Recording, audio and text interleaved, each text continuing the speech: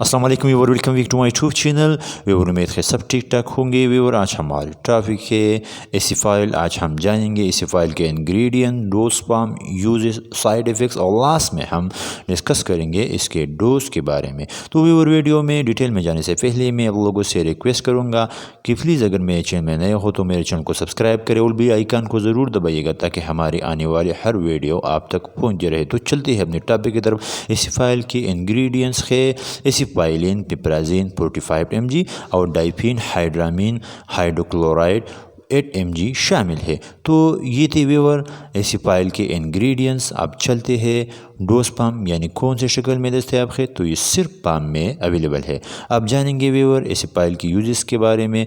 तो इसका इस्तेमाल हम एलर्जीज और कफ के लिए करते हैं क्योंकि इसमें एसिफाइलिन ब्रोंकोडाइलेटर है जो हमारे ब्रोंक्यूल को डायलेट करता है और हमें अस्थमा और कफ से रिलीफ मिलता है। अब जानेंगे साइड इफ़ेक्ट्स के बारे में।